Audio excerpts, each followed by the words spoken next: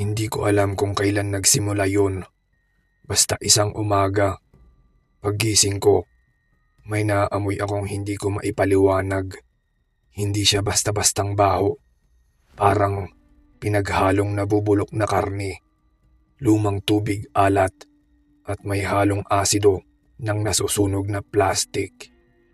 Pero ang mas kinilabutan ako, hindi ko siya naaamoy sa kwarto ko. Nanggagaling siya sa mismong tapat ng pintuan ng CR. Sa isang lumang apartment building sa Sampaloc, Manila.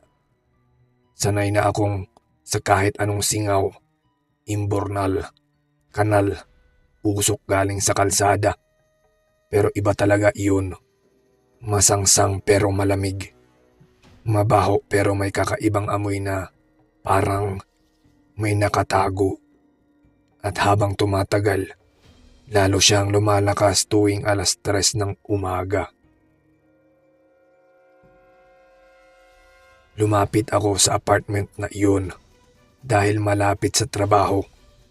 Luma ang building, may kalawang sa railings, manipis ang dingding, at minsan naririnig ko ang pag-aaway ng mga mag-asawang kapitbahay sa kabilang unit.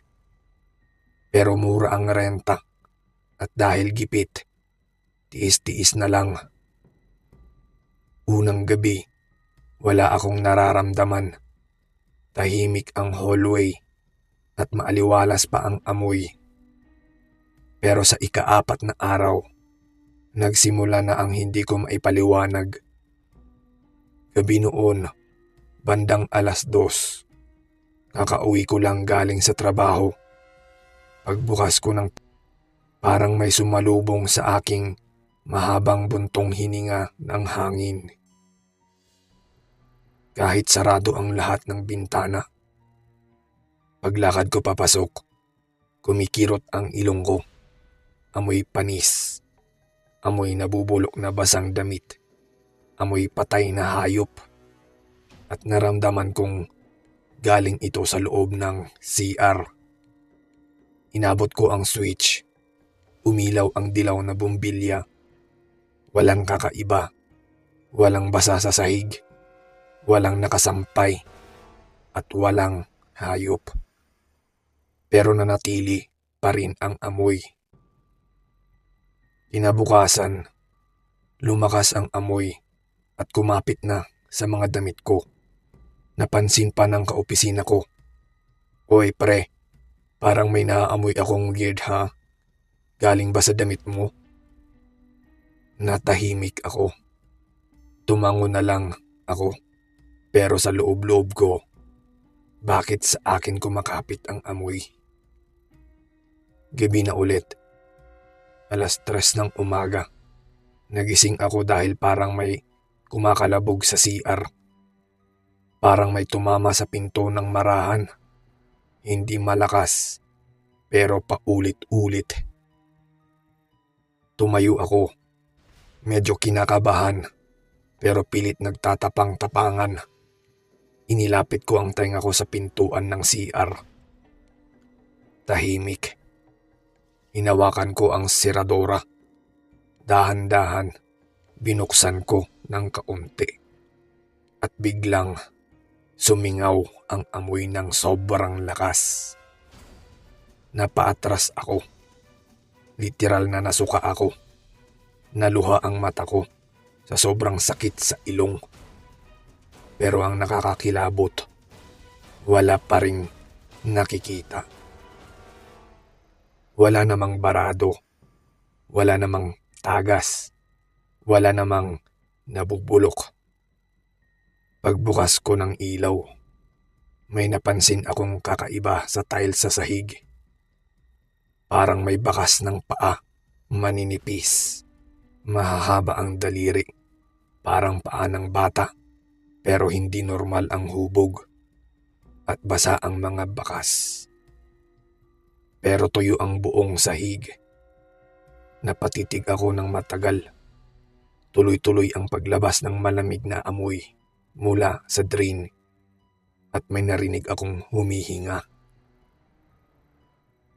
Hindi galing sa drainage, galing sa mismong loob ng CR. Kinuha ko ang phone ko at nag-flashlight. Tinapat ko sa dingding, kisame, sahig, at doon ko nakita. Sa mismong likod ng shower curtain, gumagalaw ang anino.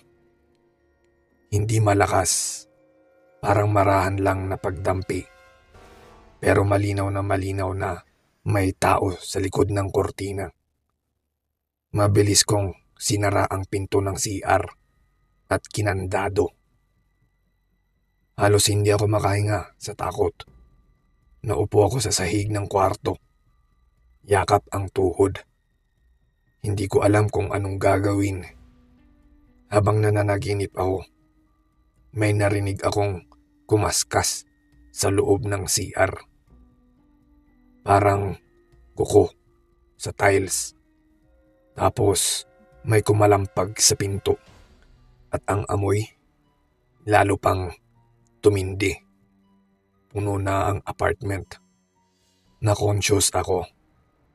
Baka kumalat sa hallway. Baka mapagkamalan akong marumi ng mga kapitbahay.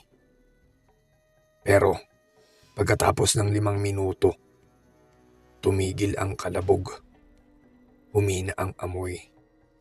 At ang buong apartment naging sobrang tahimik. Kinabukasan, nagpasya akong bumaba sa caretaker. Kuya, sabi ko, may something ata sa CR. Baka may tagos o barado. Iba kasi yung amoy eh. Tumingin ako sa caretaker. Napabuntong hininga. Anong unit ka nga ulit? Biglang nag-iba ang mukha niya. Parang may naaalala. Hindi agad sumagot. Pagkalipas ng ilang segundo, sabi niya, "Huwag kang magpanik ha, pero bago ka lumipat, may nangyari na kasi sa unit na yan." Nanlamig ang katawan ko. Ano pong nangyari? Tumingin siya sa paligid. Siniguradong walang nakikinig. Yung dating nakatira sa unit mo, nag-iisang babae. Noong pandemic, hindi na siya lumabas. Naging withdrawn. Hanggang isang araw, napansin ng mga kapitbahay na may kakaibang amoy galing sa mismong CR mo.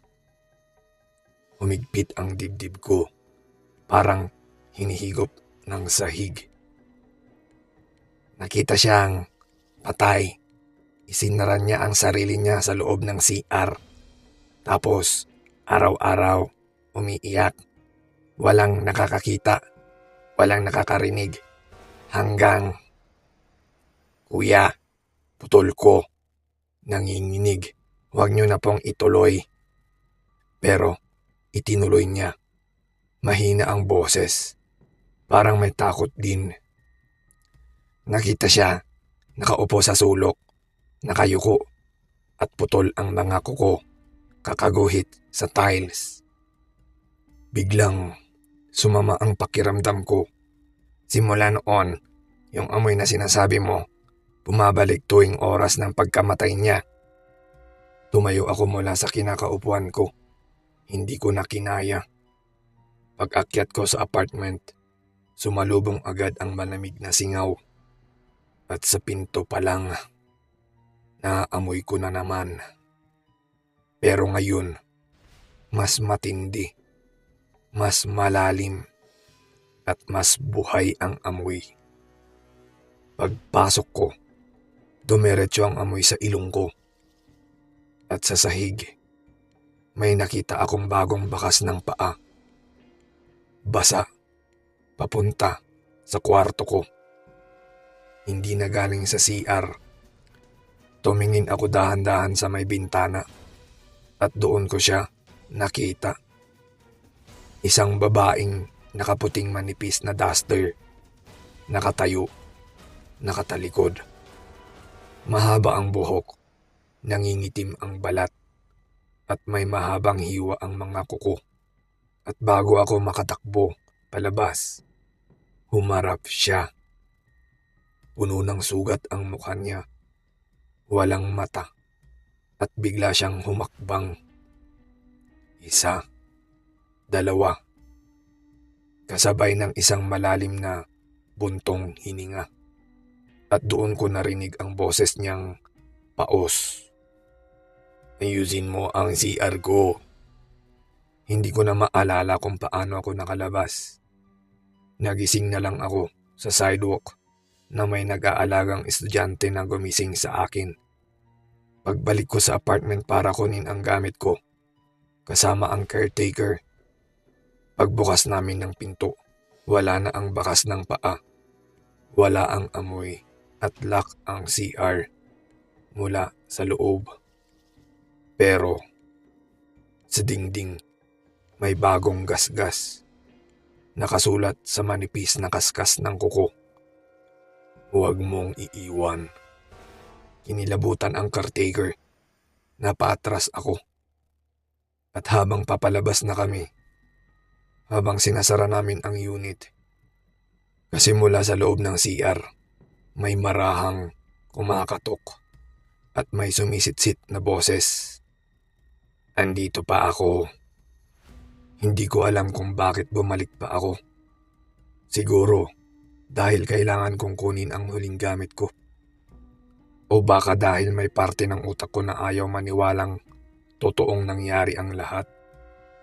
Pagbalik ko sa gate ng apartment building, iba na ang pakiramdam ko. Hindi na siya ordinaryong lumang gusali. Para bang may nakatingin mula sa mga bintana. Kahit sarado ang lahat ng kortina. Huminga ako ng malalim. Pilit pinatatag ang loob ko. Pero habang naglalakad ako sa koridor papunta sa unit ko, ramdam ko na agad ang mabigat na singaw ng amoy. Hindi pa ako nakakapasok, pero naroon na. Amoy nabubulok, amoy basa, amoy lamig ng nakaraan. Tumayo ako sa harap ng pintuan. Tinapa ko ang susi. Pero bago ko pa ito maipasok sa lock, may kumakatok mula sa loob. Mahina lang, pero malinaw. Parang hinahamon ako. Malamig ang kamay ko habang ibinukas ko ang pinto. Dahan-dahan. Kumikislot pa nga ang kaba ko sa dibdib ko. Pagbukas ko ng pinto, sumalubong agad ang malamig na hangin. At doon ko napansin, may tubig sa sahig. Manipis lang, pero diretsyong linya. Mula sa CR, papunta sa sala. Parang may gumapang. Pumasok ako ng bahagya. May dala akong flashlight, kaya inilawan ko na lang ang sulok-sulok. Hello? Mahina kong bulong kahit alam kong hindi ako dapat sumagot o tumawag. Walang tumugon.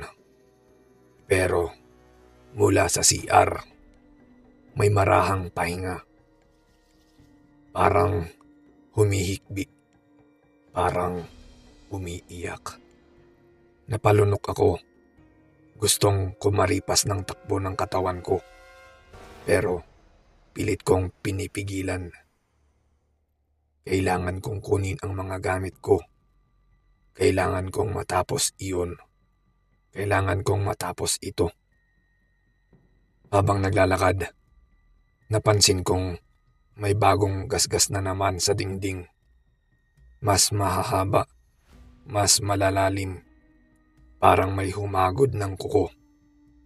At sa bawat hakbang ko, lalo pang lumalakas ang amoy. Hanggang sa hindi ko na alam kung galing pa ba sa CR o nasa likod ko na. Lumapit ako sa pinto ng CR. Nakasara pa rin ito ng mahigpit. At doon ko nakita ang isang bagay na hindi ko pa napansin noon. Isang ilalim ng pinto. May dumadaloy na tubig. Malamig na tubig. At kulay Abong parang may halong abo. Lumuhod ako para silipin ang ilalim ng pinto at doon ko nakita ang isang maputlang daliri. Dahan-dahang humahagod sa sahig, pabalik, paharap, parang sinusulat ang isang salita. Tumayo ako agad, napaatras, at mula sa loob, biglang may humampas sa pinto. Isang malakas na kalabog, parang may bumangga. Sumunod ang marahan, pero nakakapanindig balahibong pagkatok. Tapos may narinig akong boses na paus. "Bakit mo ako iniwan?" Nanigas ako sa kinakatayuan ko. Parang nabura ang lahat ng lakas ko. At biglang nag-lock mag-isa ang pinto ng CR. Dahan-dahang bumukas ang pinto. May lumabas na manipis na singaw. Puting usok na malamig. Inilawan ko ng flashlight. At nakita ko ang CR na puno ng tubig na abuhin. Parang baha. Parang pinagsamang tubig, ulan at lupa. Pero ang hindi ko makakalimutan, may nakalubog na paa sa gitna ng CR. Maputla, payat, at mahaba ang mga kuko. Unti-unti itong umaangat. Parang dahan-dahang tumatayo mula sa ilalim. Dahan-dahan, hindi nagmamadali. Parang sinasadya para takutin ako. Shadows muna ang lumitaw. Tapos lieg. Tapos balikat. Hanggang sa umangat ang ulo at nakaharap na siya sa akin. Maputla. Namamaga ang mukha. Nabubulok ang balat. At dumudugo ang nose at bibig. Pero ang pinakakakilabot, hindi siya kumukurap kahit wala siyang mata. At nagsalita siya. "Ayusin mo ang CR ko." Lumapit siya ng isang hakbang. Tumapon ang tubig sa sahig. Tumingin siya sa akin kahit wala siyang mata. "Buong apartment ko." Gusto kong tumakbo. Gusto kong sumigaw. Pero hindi gumagalaw ang katawan ko. Habang papalapit siya, pabilis ng pabilis ang paghinga niya. Nakasabit ang buhok niya sa mukha. Tumitilamsik ang malamig na tubig sa sahig. Isang hakbang na lang siya at biglang may kumalabog sa hallway. Natigilan siya. Tumingin sa direksyon ng pinto. Sumamantala ako ng pagkakataon. Humakbang ako ng paatras at tumakbo palabas ng apartment. Hindi ko man lang naisara ang pinto.